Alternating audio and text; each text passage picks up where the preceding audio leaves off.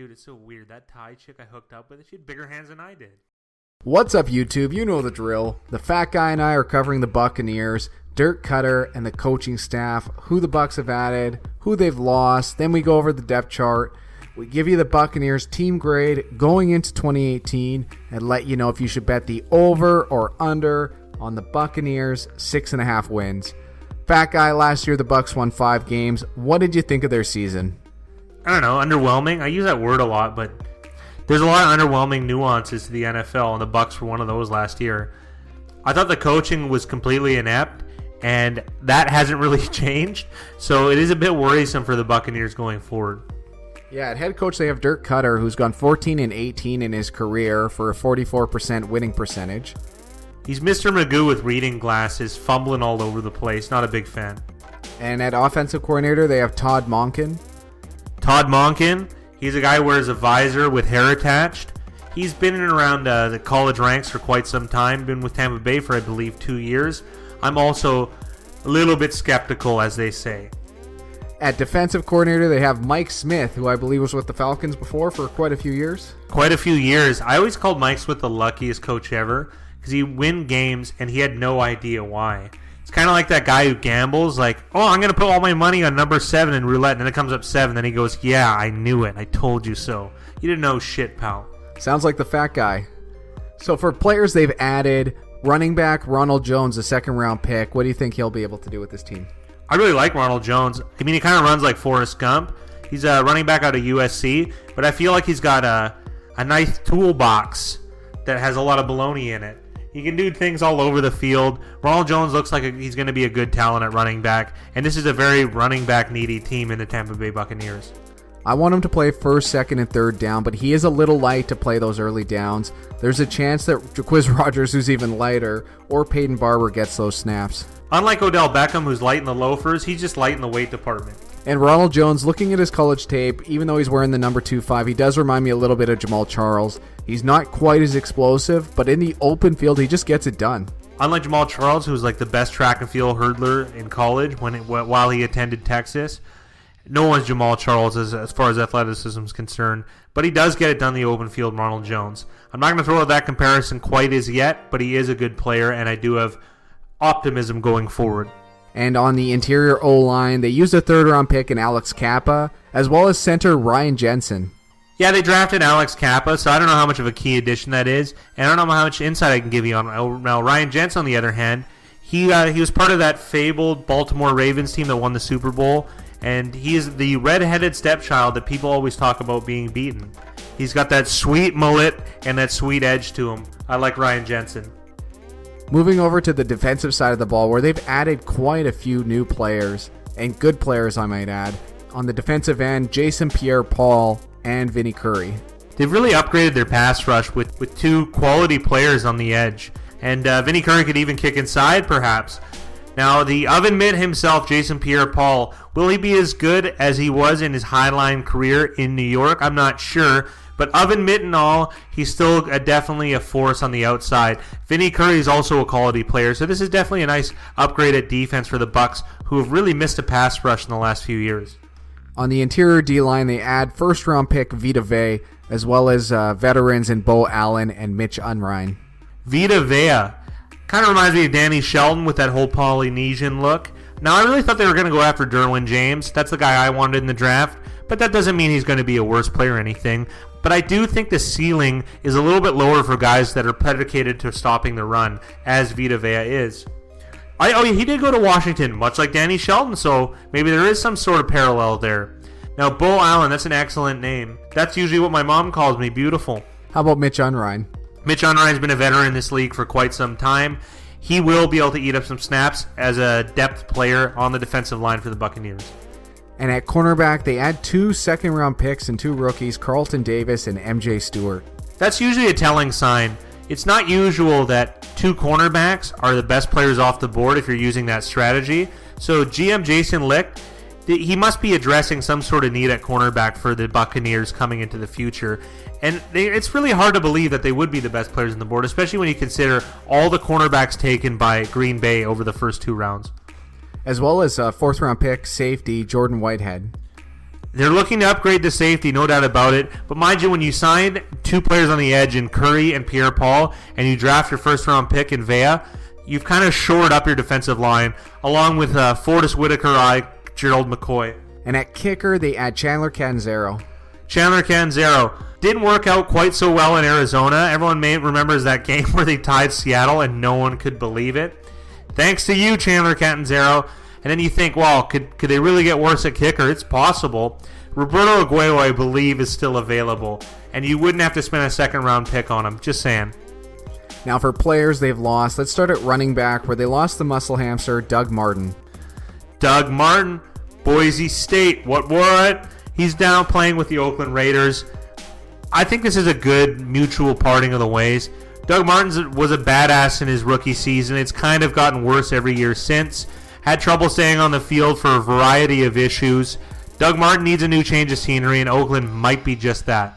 And a guy who's still a free agent is Robert Ayers, who's been an excellent player in this league. It's surprising that Tampa Bay is so quick to get rid of a guy when they do need that depth on the D-line. Maybe it's a money thing. I'm not really sure. Maybe it's an attitude thing. But if it isn't an attitude thing, I'm sure you could bring him back on a cheap deal. I think they saved $5 or $6 million cutting him. I don't know. $5 or $6 million is money well spent if I'm going to get the production that Robert Ayers is usually accustomed to giving out. And another two guys they lost in that D-line are defensive tackle Chris Baker and defensive tackle Clinton McDonald. Those are big guys. Those are big veteran guys, too, which I didn't mind. But it's hard to say that it won't be an upgrade with the defensive tackle addition of first-round pick Vita Vea. And not to mention Mitch Unrein. Maybe you're not getting better, but you will get better eventually. And this defense does look like it's going to be good. And don't forget, Gerald McCoy is eating most of the snaps anyways, so it might be a money thing as well here. Because the veterans, it's such a weird thing. You have to pay veterans so much more as they get older. And rookie players, you don't have to pay as much. Of course, the first round does have a lot of guarantees, but I digress. And at safety, they lose T.J. Ward. It's weird. T.J. Ward was maybe the hardest hitting player in the NFL. Mostly when he played on Cleveland, then on those famed Denver Broncos defenses. He was such a hard hitter, such a badass, and now he's unemployed. And the safety position seems to be undervalued, whether it's for political reasons or not. There are a lot of safeties that are available on the open market. Do any of them hit as hard as TJ Ward? Definitely not, but that job seems to be diminishing as far as roles are concerned. And at kicker, they lose Nick Folk. Nick Folk, an old wonder, wasn't getting it done in Tampa. I'm sure that you could have found someone better than Chandler Catanzaro, but we're going to have to see. Is Chandler Catanzaro an upgrade on Nick Folk? Perhaps. Like I said, maybe give Roberto Aguayo another try. Jokes. I'm not really sure who they could add, but there are other kickers available. They should at least bring some in to try out during camp. Okay, let's go over this roster top to bottom. At quarterback, Jameis Winston. He's suspended the first 3 games, so Ryan Fitzpatrick is going to start those first 3 games. It'll most likely go right back to Jameis, though, once Game 4 rolls around. If Fitzmagic drums up Fitzmagic and goes 3-0, there's a chance that he could sustainably start after the 3rd game, but they'd have to be pretty impressive wins. They drafted Jameis Winston first overall to be the face of this franchise, for better or for worse. I think it's been for worse mostly. I'm not a big Jameis Winston fan, but he does have some qualities about him that are good. I think he's just a weird guy, like that eating the W thing. I'm not sure he has the whole locker room. I'm not sure if he's well liked. This is all speculation, but I'm just really not sure on Jameis Winston. And there are rumors that the franchise feels the same way. Maybe Marcus Mariota was a better choice. They did go to a playoff game. They did win a playoff game. And Marcus Mariota somehow threw a pass to himself. So between the two, I think Mariota is slightly edging out Winston. However, though, it's not all lost on Winston. He still is capable of winning ball games. He just won't be the first 3 games of this season. At running back, they're highlighted by Ronald Jones, the 2nd-round pick. They also have Jaquiz Rogers, Charles Sims, and Peyton Barber that can all play. It's a weak crew. You know it. You know it, Big Rye. I know it. It's you take Ronald Jones out, it might be the weakest crew of running backs in the league. I have high hopes for Ronald Jones. I hope he can play all 3 downs, and hope is a strong word. I'm not sure how he's going to be able to run inside on those early downs, but we'll see. We'll see what he can do. But when your strategy is predicated on positive expectation, that's always a bad thing. It's kind of like the old gambler saying, luck is the worst strategy. And this just might be one of those things. Draft picks are a lot of luck involved. There's a lot of studying. 31 other NFL teams put in the same type of work. So as much as we liked Ronald Jones pre-draft, are we really that much better than the 32 NFL teams? Ronald Jones looks to be the part, looks to play the part, but will it work out? I'm not quite sure. And it's not even so that we like him a lot. It's just we like him more than the guys they have. They've held on to Jaquiz, held on to Charles, held on to Peyton Barber. And why? None of these guys have had that much success, and there's so many other better backs in the league, guys that jump around all the time that they could pick up and play, but they just haven't. I find Adrian Peterson to be a teen cancer, but I like the idea of someone like DeMarco Murray, who they say is retired. There are guys you can pick up. Like Chris Ivory you could have signed. Chris Ivory, you can say what you want about him. I think he's going to be better in between the tackles than some of the guys. Of course, he's on Buffalo now, but that was an option that was available. There are guys that you can get. I mean, like I said, Eddie Lacy, a big fat guy, if he was in shape, you could give him a tryout, let's say. These are people you could give a tryout. And not to mention, there's UDFAs all over the place. Isaiah Crowell was a UDFA who turned into a quality starter in the NFL. And he for Cleveland and now New York, there are players out there. And players are going to get cut too. So I'd be surprised if they don't add some sort of in-the-tackle bruiser on early downs. Maybe to give Ronald Jones a chance to acclimate to the NFL rather than thrust him in the limelight right away. Well, also, this is a lot of Ronald Jones talk. And also, if Ronald Jones can do what he can do in the passing game, Charles Sims is going to be out of a job pretty fast here. As well as those other two guys. They might bring in a whole new crew after Ronald Jones takes over this role. And I'm going out on a limb to say that. We're going to have to monitor the preseason to see what happens. At wide receiver, they have Mike Evans as well as Deshaun Jackson. An impressive first year for Chris Godwin as well as the veteran Adam Humphries. They've also added a 5th-round pick this year in Justin Watson. I think this is a pretty deep crew. You had to turn my head a little bit about Mike Evans. I kind of forgot about some of his years other than the past year. I mean, he had a dip in touchdowns, but that might not be indicative of Mike Evans. It may be the service that he was getting. He's a quality wide receiver. He's one of the better ones in the NFL. I'm not a big D-Jax fan. Not since his exciting antics in Philadelphia against New York. That was just one of the greatest games ever. That was awesome. I don't love those guys, but they are good, and I can't deny that. And Chris Godwin looks to be the part as well. Adam Humphries is certainly going to play. And the tight ends you're about to mention, they're also going to maybe catalyze this offense, at least be a strong assisting contributor. Well, it's hard to find a better 1-2 punch than Cameron Brate and O.J. Howard. O.J. Howard, of course, was a rookie last year. Cameron Brate, I think, is hereditarily underrated. I think he'll be the starter for this tight end grouping. He'll get the share of the snaps because at least he'll have more of a grasp on the offense. He's an Ivy Leaguer, I believe. He's also decent in the passing game. He can run and pass block. So Cameron Brate, I expect to get the bulk of the snaps. We should be able to see some big playability from O.J. Howard going forward. I'm going to jump back to this running back position because we've kind of gone back and forth outside of the podcast talking about Le'Veon Bell and where he could fit. Can you think of a better team for him to fit on with all the other excellent offensive weapons that this team has than the Tampa Bay Buccaneers? I don't know how excellent the offensive weapons are. They are good, though. But Le'Veon Bell, there are a bunch of spots that he could land.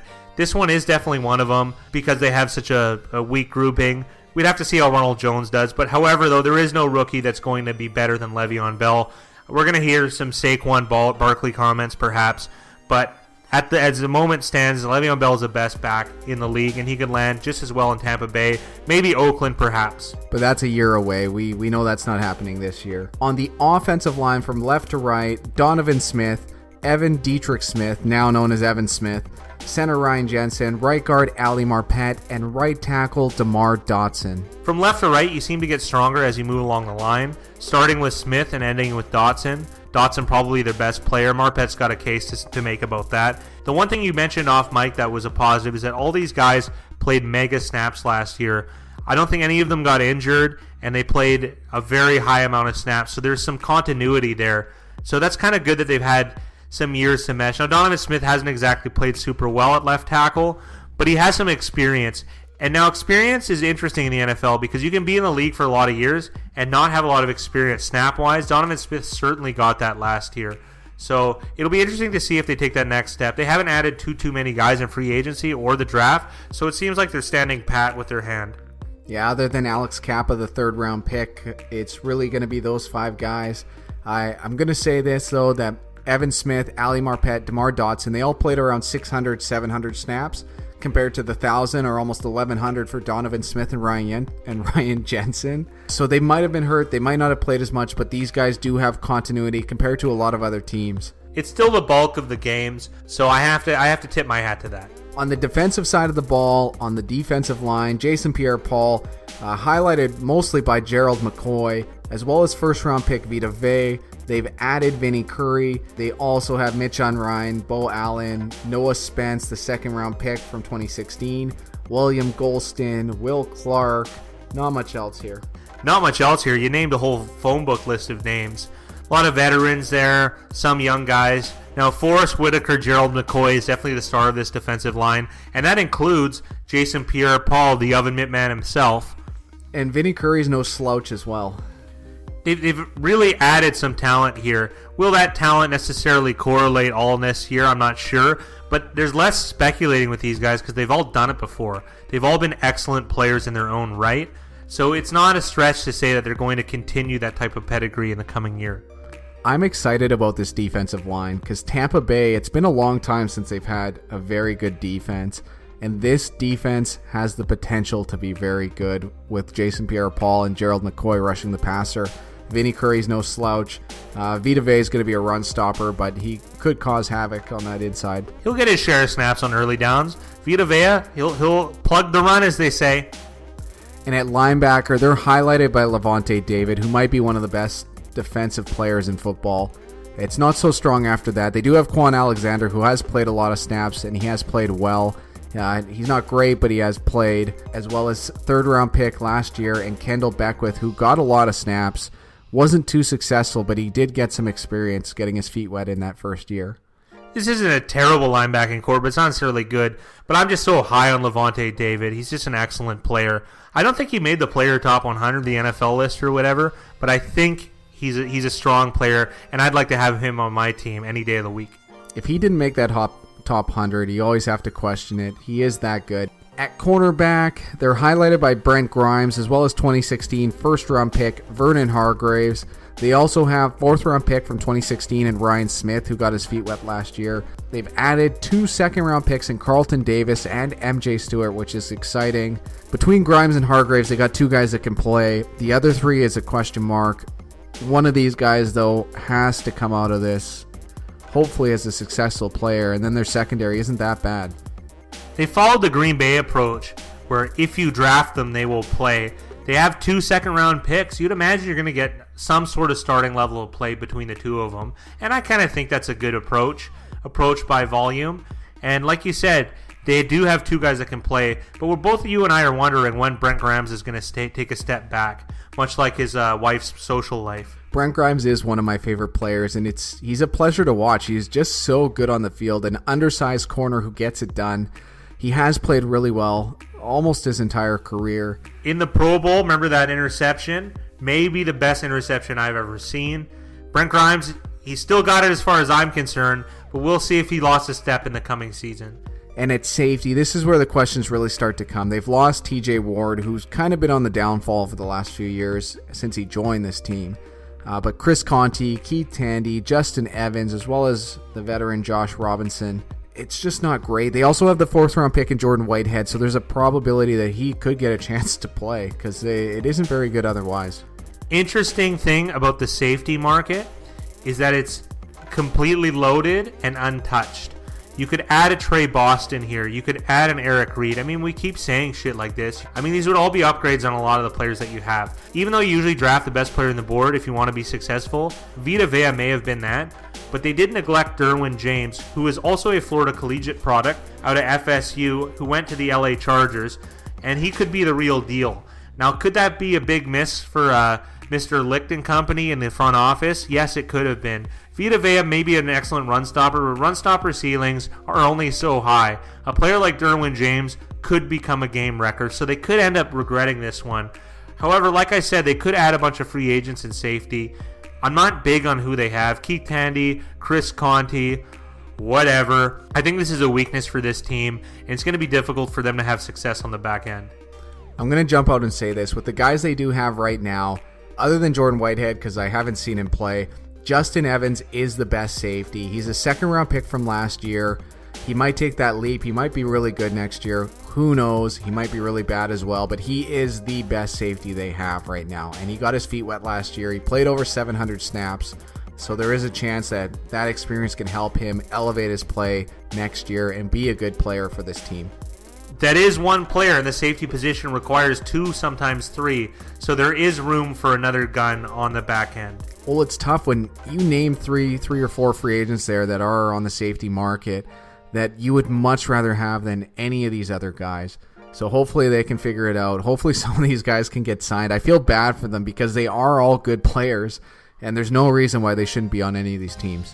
I mean, Trey Boston would be my pick. That guy made so many plays for the Chargers last year. That's the guy I would go after if I was choosing. Especially with this improved D-line. Like, if this D-line gets pressure, there's going to be opportunities for these safeties to make plays. It'd just be a shame if the league is so quick to just say no to all of these guys, because they could make a difference, especially for Tampa Bay, especially for this defense. Interesting that you bring up pressure, and I'm going to circle back to Trey Boston. If you look at a lot of Trey Boston's interceptions, they came in the face of pressure because he played for the Chargers, so the Bosa-Ingram tandem would get in the face of the quarterback makes a bad decision or the ball gets tipped. Trey Boston tended to be there. He was a good interpreter of space for the Chargers. That's why I think he'd be a good fit for Tampa Bay. Yeah, this group's a little bit older, but Gerald McCoy and Jason Pierre-Paul can get that done. I believe so. So going into 2018, what do you think the roster strength is? The roster strength has to be defensive line. But if I were to give a tip of the hat, tip of the shades to the offense, I like the skill positions with the tight ends, excluding running backs. Wide receiver, tight end seems to be a strength on offense for these Buccaneers. Yeah, if I had to pick, it's tight end for me. Cameron Brate, O.J. Howard, that's an excellent 1-2 punch, and it's hard to find a better tight end group in the league. What's the biggest weakness of this roster? Biggest weakness has to be safety, and we just kind of went over that. I mean, there's so much uncertainty there, and they only have one guy if they have one guy. So that's got to be a weakness for me. Yeah, for me as well. Safety is definitely the weakness of this team. And it's too bad because the rest of the defense does have some promise. Could use some improvement at linebacker, but safety is definitely where they need the help the most. It's not like they've historically had good safeties in Tampa Bay or anything. So going into 2018, we have them graded out as a C team, which is kind of generous considering what we've just said, what we've gone over, how the fat guy feels about the coaching staff for sure. The over-under is set at 6.5 wins. Right now we have them at 7.64 wins. That might go down a little bit as we get a little bit closer to the season. We get to see some of these guys play, but we're still over on the Bucs.